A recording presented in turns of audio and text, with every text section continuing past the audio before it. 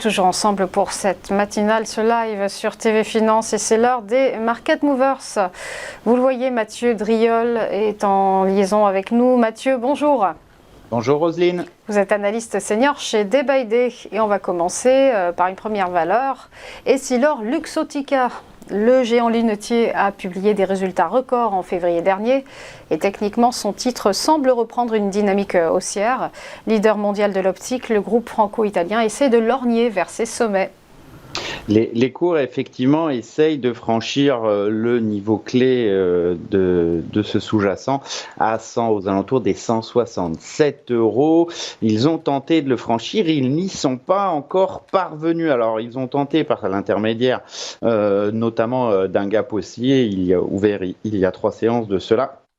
Ça, c'est un premier signe de force, mais on aurait bien aimé, pour retrouver une dynamique un peu plus forte, déborder en clôture cette zone effectivement clé des 167. Les cours n'y étant pas parvenus, il y a encore un doute sur une éventuelle reprise de la tendance. On pourrait prendre encore un petit tour de consolidation entre 167 et 156,50, le point bas de la mi-mars, avant de repartir de l'avant. Alors oui, on est sur un titre qui reste plutôt fort et résilient, mais la configuration depuis le mois de décembre semble toutefois commencer à donner quelques signes de faiblesse avec cette succession de creux et de sommets descendants.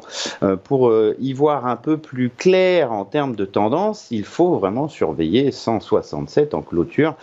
Ça ne sera que le débordement de cet obstacle qui permettrait de renouer avec une tendance haussière et de retrouver progressivement le chemin de la hausse en direction de 178 et 184,70. Pour l'instant, ça n'est pas encore le cas, donc il faut toujours patienter pour avoir un signal haussier sur Essilor.